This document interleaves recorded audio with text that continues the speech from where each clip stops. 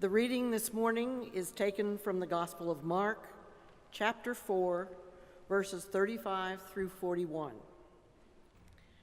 On that day, when the evening had come, he said to them, "Let us go across to the other side." And leaving the crowd behind, they took him with them in the boat, just as he was. Other boats were with them. A great windstorm arose, and the waves beat against the boat, so that the boat was already beginning to be swamped. But he was in the stern, asleep on the cushion. And they woke him and said to him, "Teacher, do you not care that we are perishing?" He woke and rebuked the wind and said to the sea, "Peace, be still." Then the wind ceased, and there was dead calm. He said to them, "Why are you afraid? Have you still no faith?" And they were filled with great awe and said to one another, "Who is this then, that even the wind and the sea obey him?" This is the word of God for the people of God. Thanks be to God. What talented and gifted young people we have, and it is such an amazing day to celebrate the accomplishments, their milestones in faith, to celebrate those who have been a part of their lives and their faith journeys. Let me extend a word of gratitude to all who volunteered and served in Vacation Bible School this week. Just seeing your faces every day made such a difference in my hope and my excitement about the ministry that our church is doing. You make a difference, and I was so proud to see you here with your hands in the dirt, just ready to go, and that was really exciting. Well, a couple of weeks ago, as I was preparing for the final sermon in our series on the prophets in exile, my eyes and my mind actually went to this verse that the children sang earlier, that when you pass, and how amazing to hear them shout that out with such confidence. I also went back to the beginning of that section, to Isaiah 41, chapter 10, and I read a verse that was very familiar to me and probably is familiar to you. "Fear not, for I am with you. Be not dismayed, for I am your God. I will strengthen you. Yes, I will help you. I will uphold you with my righteous hand."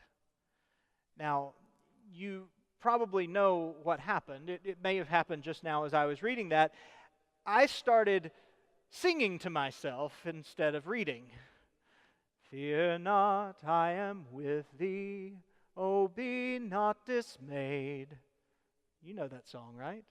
Sing it with me. "For I am thy God, and will still give thee aid. I'll strengthen and help thee, and cause thee to stand, upheld by my righteous, omnipotent hand." Now that became an earworm. You know, one of those songs that you can't get out of your head. I kept singing it over and over, and it ended up being a very positive thing.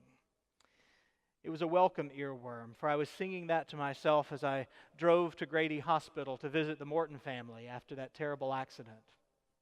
I was singing it to myself as I watched over the last week children being torn apart from their parents at the border. I was singing it to myself as I sat in a finance committee meeting this week. And, well, when you see a budget that is only barely cobbled together, you realize you need an omnipotent hand. And then when Lori and I sat down this week to prepare for this message, it was going through my mind again.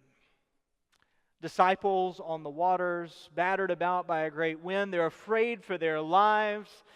And I kept singing to myself, "Fear not, I am with thee."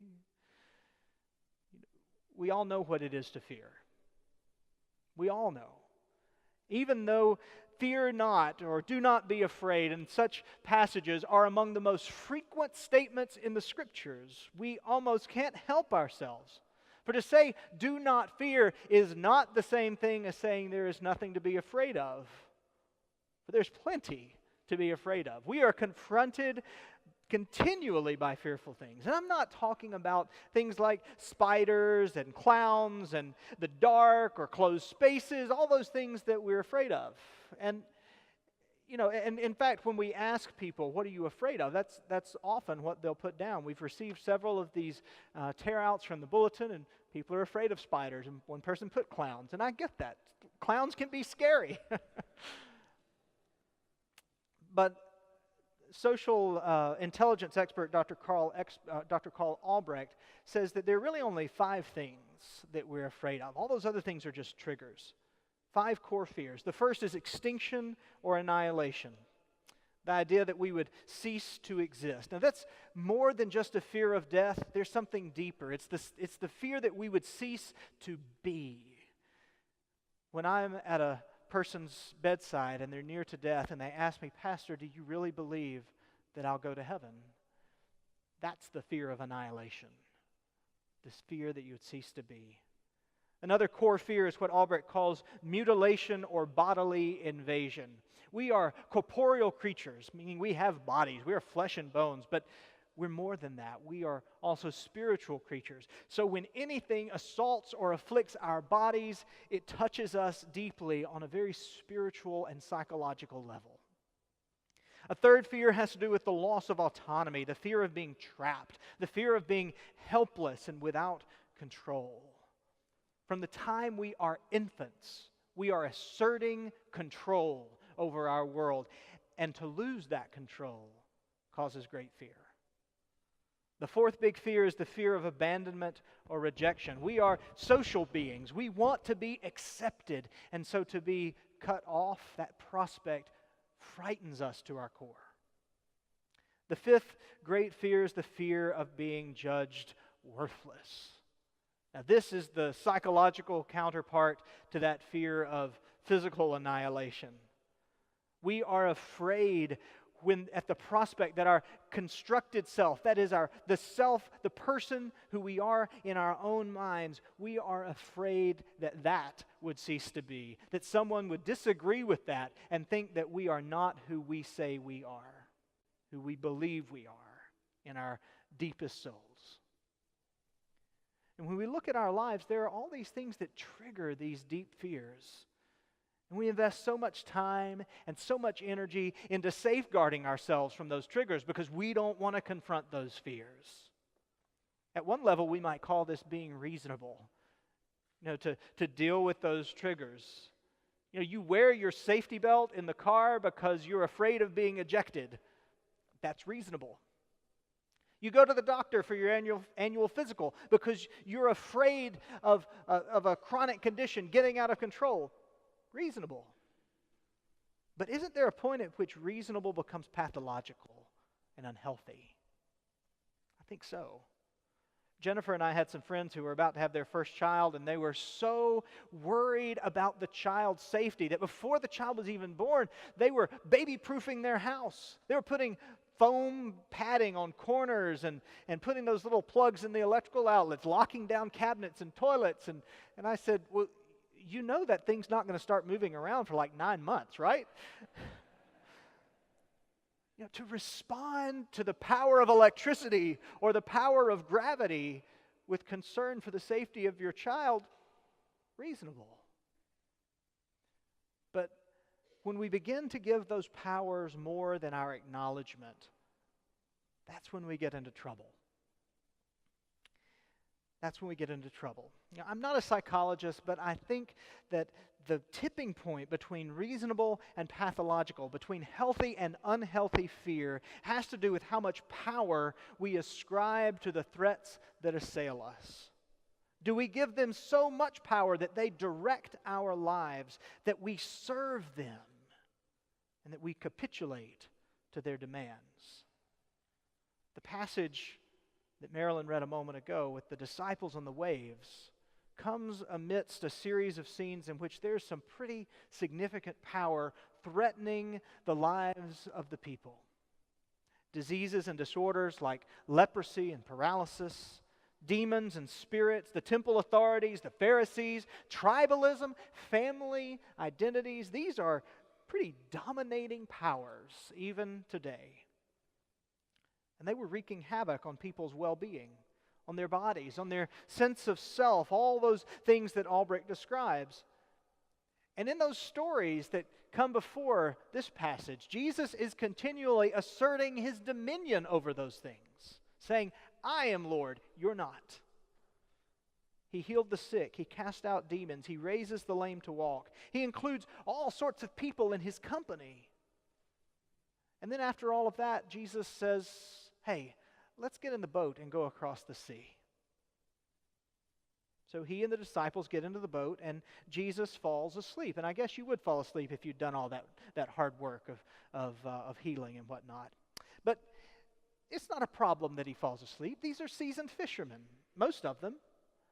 They know how to deal with the boat, so they let Jesus continue on with his slumber. But suddenly, a great wind begins to stir up the waters, so much so that the water is actually coming into the boat, and that is a problem. The disciples know it. Boats don't float when they're full of water. Well, once they finally arouse Jesus from his slumber, Jesus also recognizes that this is a big problem, and he deals with it. The first thing he does is to tell the wind, be still and shut up.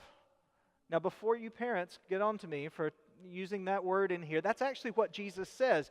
We say it all nice and sweet, peace, be still. But the words are siopa, to be calm as by force. And pephimosa, to close your mouth by force. Be still and shut up. So Jesus knows that the wind is a problem. He deals with it decisively. However, he's also dealing with another problem that is just as threatening, if not more threatening, to the mission and ministry of the disciples, and that is the disciples' failure to trust.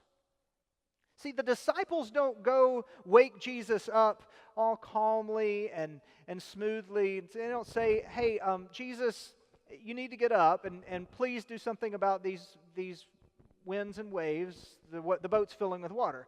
They don't do that. Instead, they are scared out of their minds. I kind of have this image of them running around for a few minutes in the boat before they wake Jesus up, saying, what do we do? What do we do? What do we do? You know, they're grabbing life jackets and all these sort of things. But when they finally do wake Jesus up, they say, hey, don't you care we're about to die in this watery grave? That's not a statement of faith in the one who can stop the winds and the waves. That's just a statement of fear to somebody who's in the boat with you. This is why, after dealing with that immediate danger by rebuking the winds and the waves, Jesus turns to his disciples and he deals with that danger, with this cutting, probing question. Why are you so afraid? Do you still have no faith?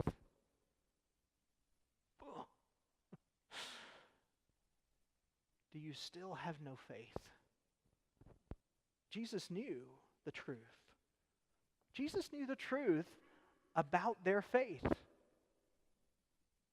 Jesus knew that they had more confidence in the powers of the winds and the waves than they had in him. And that was a big problem, because wherever you put your trust, that is going to be the power you serve. That is going to be where you give your life. And these are not the kinds of powers that you want to be serving. This passage comes in the midst of several stories about demons. And so it's pretty clear that Mark is trying to set this up as another demon story. And this talk of demons, I know it scandalizes us modern folk. We have this image of demons as those cartoon figures with pitchforks running around causing mischief. Or we write them off as just superstitious constructions of people who didn't understand science and medicine. But in Jesus' day, it was more than superstition. They understood, and this is all over Mark's gospel, that there is an evil spirituality in this world that pervades the world and contributes to unholy things. They were not trying to excuse bad actors by saying the devil made them do it. Rather, they realized that just as humans can cooperate with God's Holy Spirit to certain holy ends, we can also cooperate and collude with sometimes invisible and spiritual forces that are working against God and against all that God desires. Sometimes we collude with these forces in shockingly focused ways, such as when a lone gunman walks into a church basement and opens fire on a Bible study. Other times, our collusion with these forces of evil is more in a distributed, systemic way, in which no one is at fault, but in which we're all to blame, such as how, with our economy, the poor are increasingly marginalized. The effect is the same. When we collude with those forces of evil, we build a kingdom, a shadow kingdom, that is opposite of God's kingdom. God's kingdom is one of righteousness, joy, and peace, but when we collude with those forces of evil, we build a kingdom of injustice and oppression and violence. In the baptism service, we talk about rejecting that kingdom. It has to be a choice. Because those forces are there whether we like to think they are or not.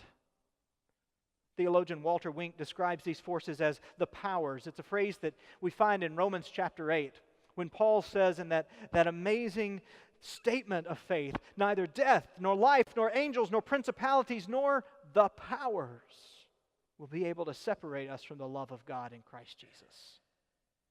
For Wink, as for Paul, the powers are anything that might threaten to undo us, that might compete for our allegiance, that might seek to dominate us and our world. And one of the things that Mark does in his gospel is to look systematically at all of those powers that are assailing the people and to ask his readers, to get them to ask the question, which powers do you trust more?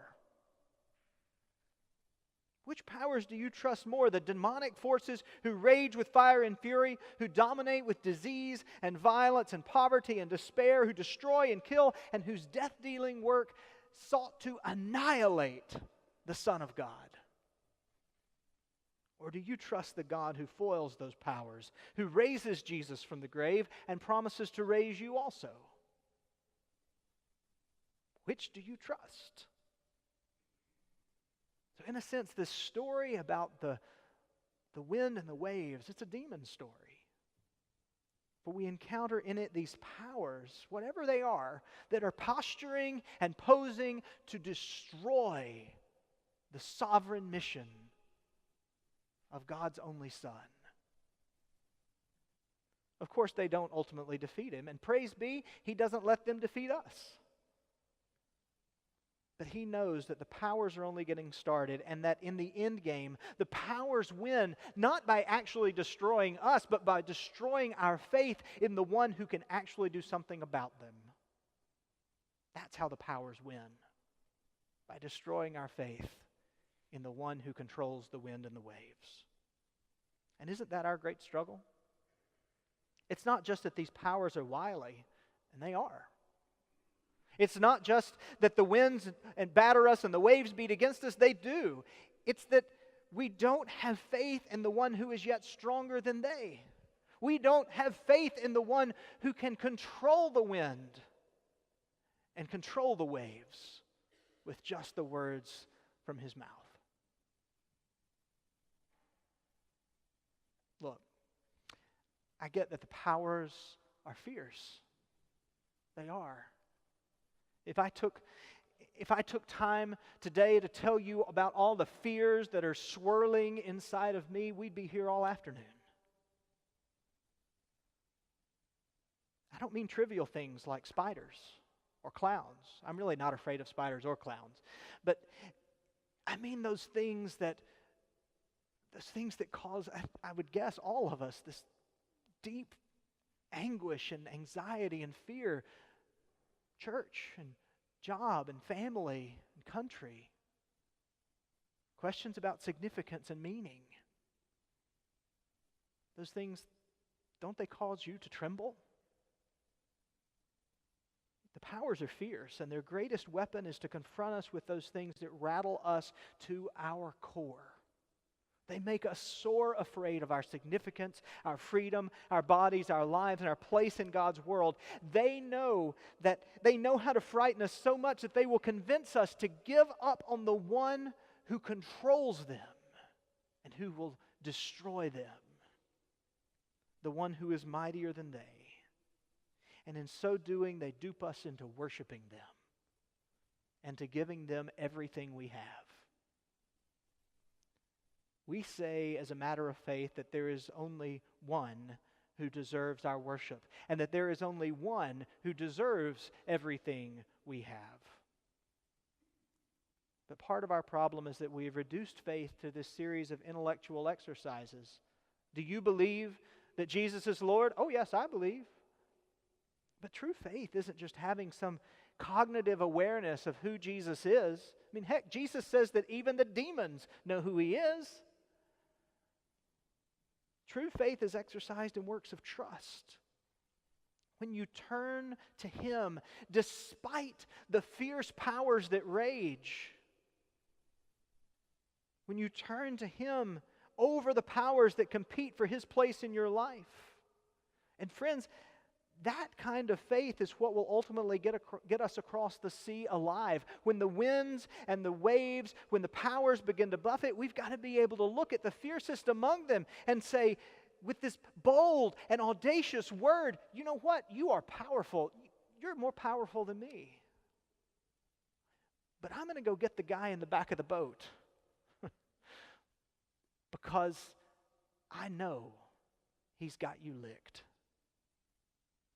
And I know He's on my side. Michael Linville writes that the things that we're afraid of, they do not have ultimate power over us, because reigning over this world of fearsome things is a God who is mightier than they. And on my best days, I know who that God is. He's a God who calmed the wind and the waves. He's a God who rescued the captives from Egypt.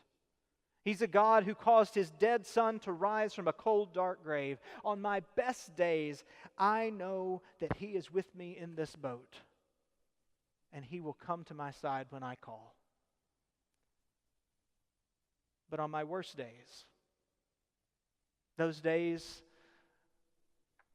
when families are in crisis and when children are hurting and when the waves of life are crashing hard against me, how easy it is to believe what the powers are telling me, that all hope is lost.